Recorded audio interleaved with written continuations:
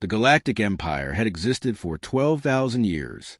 Its reach spanned over a third of the known galaxy. Worlds bent the knee before even glimpsing its banners. Its citizens recited obedience like religion. Its enemies surrendered before the first ship ever appeared in orbit. It had crushed rebellions, consumed civilizations, and rewritten history books to erase all shame.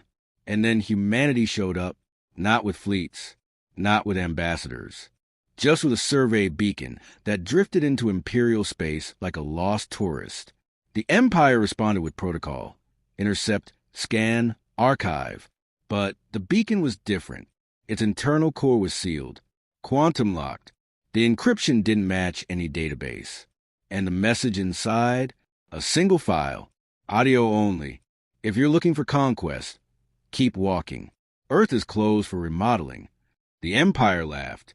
They always laughed. Until Earth sent the second beacon. That one didn't say anything. It just transmitted coordinates to an unregistered system with a single blue-green planet and an open-door invitation. Come meet us. One representative, one ship. Bring your best suit. The Empire debated. At first, they thought it was a trap. Then they thought it was a game. In the end, pride won. The Supreme Leader himself, Emperor Vezir IX, Lord of Flame and Authority, ruler of 900 sectors, declared he would personally meet the humans to assert dominance, to remind them who ruled this galaxy. He boarded the Imperial flagship, Crown of Stars, flanked by 12 Royal Praetorians, for mind flayers, and 1,000 drone recorders to capture his glory. He expected a throne room. He expected bowing. He expected awe. He got an airport lounge, plastic chairs, vending machines, a single human waiting, sipping something physiologic and labeled grape soda. The Emperor stepped forward in full ceremonial armor. His helmet glowed. His cape flowed with integrated solar flare fabric. The human? He wore jeans and a shirt that said, "I paused my game for this." There was no greeting, just a nod. The Emperor gestured, waiting for the human to kneel. The human leaned back and cracked open a second can. "So you the Emperor guy?" The room went silent. One of the Praetorians stepped forward, spear raised. The human didn't flinch. He pointed a small device at the armored figure and tapped a button. The Praetorian froze mid-step, eyes wide, locked in place. The others raised weapons. The human sighed. "You told us to bring our best tech. I brought a remote control." He tapped again. The frozen guard collapsed like a puppet with cut strings. "You were saying?" The Supreme Leader hesitated, then removed his helmet. His face, covered in ancient scars, twisted in what might have been fury or curiosity. "You mocked me?" The human grinned. "Buddy, you showed up with a parade, a death squad, and a cape that looks like it came from a space fashion disaster. You mocked yourself. We expected threats, not cosplay." That's when the Supreme Leader realized this wasn't a trap. This was a test. Humanity hadn't hidden. They had invited him here to see if he understood what kind of species they really were. He didn't. Not yet. But he was about to. The human didn't rise. He didn't salute. He didn't flinch when the other guards tried flaring up their weapons again. He just held up the same remote, lazily. "I wouldn't." And this time they listened. The Emperor waved them off. Not out of kindness, but caution. The frozen soldiers still hadn't recovered. And the fact that a single human, unarmored, unsanctioned, had rendered one of his elite immobile with a flick of a finger, that wasn't just insulting. It was terrifying. "You've made your point," the Supreme Leader said, voice low. "No," said the human, finishing his drink. "You made our point by coming here like this. All bark, no context." He stood, stretched, then gestured around the lounge. "We gave you a meeting space designed to be neutral, casual, disarming. You answered with a power display. And you expected us to be impressed?" He walked toward the Emperor. No armor, no backup, just denim and caffeine, and tapped the chest plate of the ornate war suit. "Do you wear that in the shower too?" For the first time in 1,000 years, Vezir IX didn't know what to say. He had ruled star systems. He had burned descent from orbit. He had demanded and received silence in the presence of his voice. And this human was treating him like a schoolyard poser. "Why did you summon me?" the Emperor snapped. "Why waste my time with this?" The human shrugged. "We didn't summon you. We invited you. You chose how to interpret that." He sat back down. "We just wanted to see if the great ruler of the galaxy could hold a conversation without a security blanket." Behind the mirrored glass, the human observers watched the exchange closely. One of them, Admiral Saito, chuckled. He's handling it better than expected. The other, Dr. Malika Rand, smiled. He still thinks we're the ones making demands. He'll figure it out. They turned the dial, adjusting the environmental control in the chamber by half a degree. The Emperor wouldn't notice consciously, but his nervous system would. Just enough discomfort to trigger irritation. Just enough to test his reactions. Back in the room, the Emperor narrowed his eyes. "You think I came here for your amusement?" "No," said the human. "You came here to establish dominance. But you forgot one thing, which is..." The human leaned forward.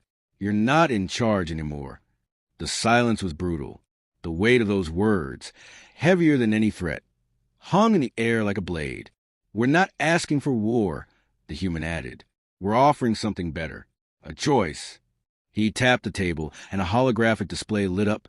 Maps, star charts, infrastructure, simulations, trade, tech peace, equality, all on the table. "But not if you keep showing up like you own everything." The Emperor sneered. "You dare dictate terms to the Empire?" "No," the human said.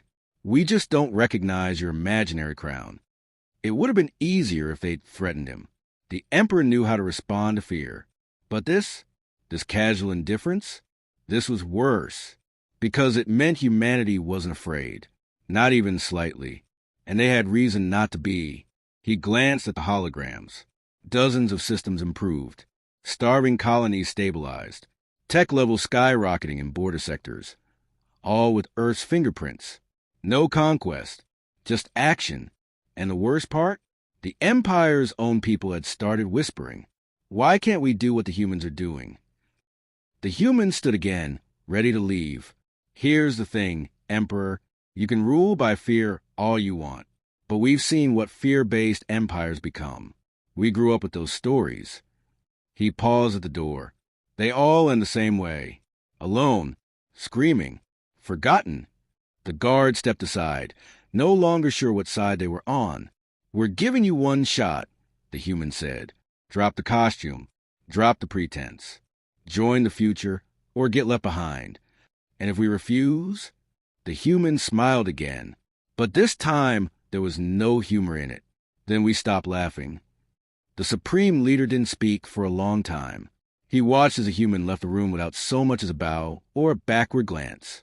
No honor guards. No demands. Just a smirk and a challenge disguised as courtesy. For the first time in his reign, Emperor Vezir IX realized something terrifying. He was not in control of this conversation. Not of this moment. Not of the room. And not of the humans. He turned to his command officers, but they avoided his gaze.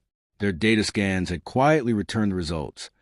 The lounge wasn't built for negotiation. It was a test chamber. The chairs, the air temperature, even the drink offered him on arrival. It had all been part of a psychological profile experiment. While he postured, humanity measured him, and they found him wanting. On board the Crown of Stars, panic had started to brew. His flagship's AI, believed to be the most advanced in the Empire, had locked out 3 critical systems the moment their Emperor entered Earth space. Navigation, communication, weapon controls. At first, they suspected interference. Then they saw the message blinking in red. Temporary access revoked. You may reapply once polite mode is restored. Polite mode. The phrase made no sense. Until they replayed the footage of the meeting. The Emperor's arrogance. The show of force. The refusal to even shake the human's hand. And then it clicked. This wasn't Earth being hostile. This was Earth being restrained. Humanity didn't conquer through fear. That was old thinking. Empire thinking. They conquered with expectations. They assumed equality. And if you failed that test, If you still bowed to titles, demanded submission, or wrapped yourself in a flag like armor, they didn't raise their voice. They just moved on without you, left you behind, sometimes permanently. The next day, the Empire's entire diplomatic fleet withdrew from Terran sectors. But humanity didn't close the door. They left it open, and the invitation remained. No sanctions, no threats, just a single new clause added to the Universal Registry. Visitors are expected to behave. 3 weeks later, the Emperor stood alone before his own council. His voice, once unquestioned, now trembled with something dangerously close to doubt. We underestimated them. And their military strength? One counselor asked. It doesn't matter, Vez replied. They won't start a war. But if one comes, they'll finish it before we blink. Then what do? He didn't hesitate. We adapt. We learn. We stop pretending our age grants us superiority. And if we can't, he looked at them, tired.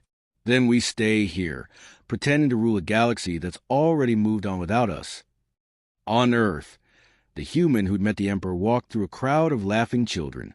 No weapons, no guards, just peace. A reporter stopped him, asked him what he thought of the meeting. He just smiled. They came expecting a throne. They found a mirror. What do you think he'll do next? The human shrugged. That's the fun part about dealing with empires. Sooner or later, they realize what humans always knew. He paused. You don't need to kneel to be powerful.